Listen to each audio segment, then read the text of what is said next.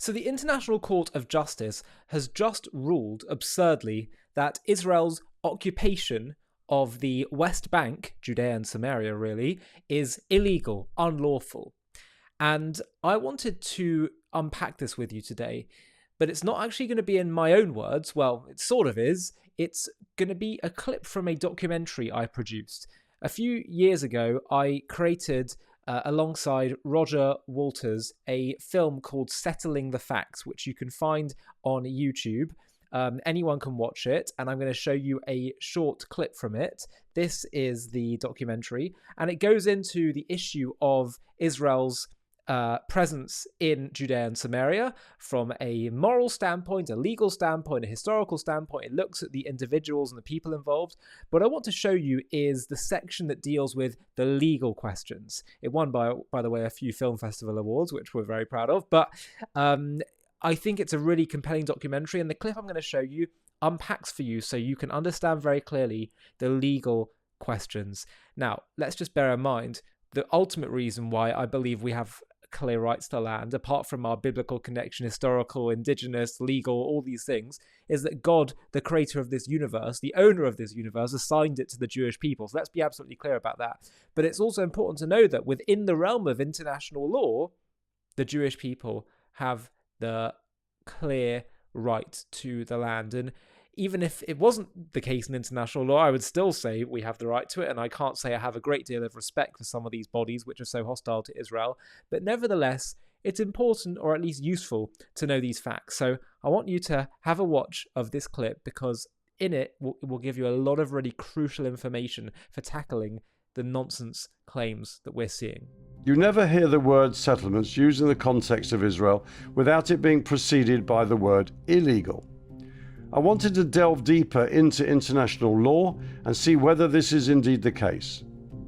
On December the 23rd, 2016, the United Nations Security Council passed Resolution 2334, stating that Israel's settlements constituted a flagrant violation of international law and has no legal validity. But this resolution has no legal standing itself because it is a non-binding resolution. The resolution tries to argue settlements are illegal from pre-existing international law. So let's look into this. What does binding international law say about the settlements? Let's first explore the role of indigenous rights in international law. As we saw earlier, the Jewish people began their journey in this land 3,000 years ago. All the places I visited on my trip to Israel are places the Jewish people have historical and biblical connection to. Judea was the birthplace of King David and the location of Jerusalem, which was the capital of the kingdom of Judah. Samaria was the capital of the northern kingdom of Israel. Shiloh in Samaria is mentioned in the Hebrew Bible as the location of the tabernacle before the construction of the first temple in Jerusalem. Hebron was an important city and a center of worship, and where Abraham, Sarah, Isaac, Rebekah, Jacob, and Leah were buried in the cave of the patriarchs. There are very few peoples in the world, the Chinese, the Indians, but very few people in the world that have a recorded history in a land the way the Jews have in the land of Israel. It's harder to say whether the Palestinian Arabs are indigenous. There certainly have been Arabs in this land longer than there have been Muslims in Israel, which means that their history is 1,000 years shorter than the Jews, but then there are very few people who have as long a history in this land as in the Jews anywhere in the world. There are several examples of binding international law that recognizes the rights of indigenous people to settle the land they come from. However, these rights in international law are somewhat vague because the practical parameters can be hard to define. The word settler is being used very promiscuously and in an entirely negative way. Settlers include the Prime Minister of Israel living in downtown Jerusalem, the businessman living in Tel Aviv, a child living in Bnei Brak. To others, settlers would include everybody who lives in any area that was captured by Israel in the defensive war in 1967, including the people who used to live in Gaza who left, the people who live in the Golan Heights, which is now part of Israel, people who live in Ma'ale Adumim, which will become part of Israel under any settlement, and also people who live in areas that will likely become part of a Palestinian state if a two-state solution is ever adopted. So we have to be far more precise in using the term settler and make sure we use it in a neutral way, in a descriptive way, rather than in an invidious way, because the law regarding such people is very complicated. Some of the legal experts I spoke to also said that the use of the term settler is a tactical ploy to sever or hide the indigenous connection the Jews have to these lands. Describing them as settlers is describing them as non-indigenous, as people who arrived there, and due to other developments, it's a way of insinuating that they're wrongdoers, that they're some sort of criminals. Now, actually, the French language media has the English language media topped here. They don't mess around. They don't call them settlers. They certainly don't call them residents. They call them colonists. When the Israeli left uses the term in English, when they're speaking in English and they call someone a settler, they're referring to Jews who live in the West Bank, not including Jerusalem. When Europeans use the term, they'll use it to also include Jews living in primarily Arab neighborhoods or in parts of Jerusalem that were occupied by Jordan. And sometimes they'll use it just to describe more generally Jews living in predominantly Arab areas. And then you ask Palestinian, when they use the term, they're using it to describe every single Jew living in the Holy Land. And all of this is because settler to them does not mean someone who is somehow involved in the formal act of being transferred.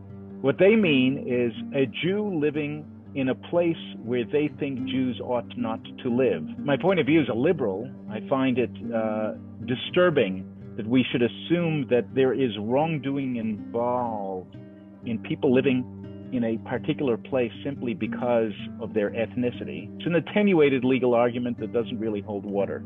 There is no relevant international law about settling or settlements or being a settler. Those are media terms. So, Jews can claim indigeneity to these territories, but as we've seen, the rights of indigenous people in international law are ambiguous. So back to our question, what does binding international law say about who has the right to this land today? Let's rewind to World War I.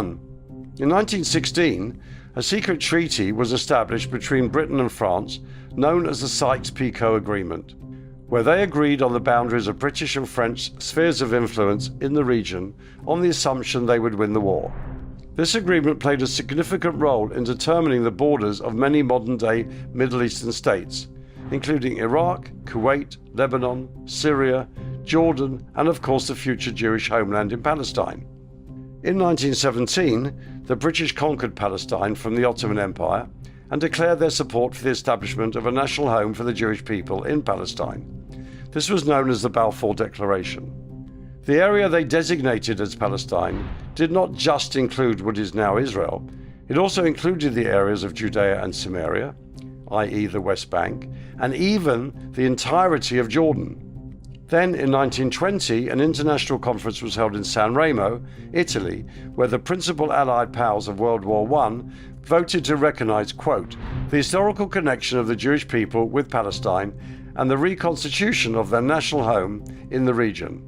This conference led to a further meeting in 1922 of the League of Nations, a precursor to the United Nations, where these proposals were formalized under international law. So that means that according to international law, established in 1922, the Jewish people were given the right to a homeland in not just territory that is part of modern-day Israel, but also the area often referred to as the West Bank. While the British Mandate of Palestine originally included Jordan, it was separated into its own Arab state, which, as it happens, today contains a Palestinian majority. The Balfour Declaration, the San Remo Conference, they are integral to the recognition by the international community of the indigenous right of Jews to settle in the land. And in fact, the mandate made specific provision for the close settlement. So in a sense, these political and legal instruments are crucial in that they provide that historical legal context. So it was clearly established in international law way back in 1920 that the Jewish people had the right to set up a homeland, certainly in all of the territories that are under dispute today. But what if you don't consider these legal agreements to be valid because they were established by colonial powers? If you don't accept them, then there is no state of Jordan, there is no state of Iraq. So the idea of ever calling Israel a colonialist or a settler state is so anti-history and so ignorant of the realities of what occurred. So there is clearly a precedent in international law that grants the Jewish people the right to the land referred to as settlements. But what if that's not good enough for you? What if you say that since 1948 this territory legally belongs to the Palestinian Arabs? The question is, on what basis? If you want to say it belongs to them based on the UN's 1947 partition plan, even if this plan was binding in international law, which it isn't, you still have the problem that the Arabs rejected the proposal. Then Jordan came and occupied the territory from 1948. But there's no legal basis for their occupation. So when in 1967 Israel captured the area of the West Bank in a defensive war, who had the legal right to it in the first place? It couldn't have been the Jordanians. They had no legal right to it. And the Palestinian Arabs rejected the UN partition plan. So the only precedent you have to go back to is the 1922 League of Nations mandate that allocated the area for a future Jewish homeland. Moreover, when Israel took control of the West Bank from Jordan in 1967, it did so in a war of self-defense. The inherent right to self-defense is recognized in Article 51 of the UN Charter, which is also binding in international law. The question I'm often asked as a lawyer is the occupation of the West Bank legal? And the answer to that is clearly, unequivocally, yes, it's legal. That any country is entitled to occupy areas that it won in a defensive war until there is no longer any belligerency. That's what the United States did in Japan. That's what the United States did in Germany. That's what many other countries did. And there has been no end of belligerency. It's clear in international law that territory captured in a defensive war is legal. So why do some people argue that the settlers are living there illegally? All of the legal arguments stem from a peculiar interpretation of the sixth paragraph of Article 49 of the Fourth Geneva Convention. It's an interpretation that seems to apply only in the context of Israel. Article 49 of the Fourth Geneva Convention says that while a state may occupy land in a defensive war, they cannot start transferring their own civilians to the occupied territory. This provision was included in response to the practices of Nazi Germany during World War II, which involved forcibly transferring German populations into territories it had occupied in Eastern Europe. The provision was seen as an important step in ensuring that the transfer of populations was no longer used as a tool of oppression and control during times of armed conflict. It is this legislation that has been the basis for those arguing Israeli settlers are violating international law. But Israel argues that this law cannot apply to these territories because the land was not under the recognized sovereignty of any state at the time of its capture. But also because the Fourth Geneva Convention is talking about a nation forcefully moving their citizens into the land captured in a defensive war. But in Israel's case, the settlers aren't being forced to move. They are moving to these areas or already living there voluntarily.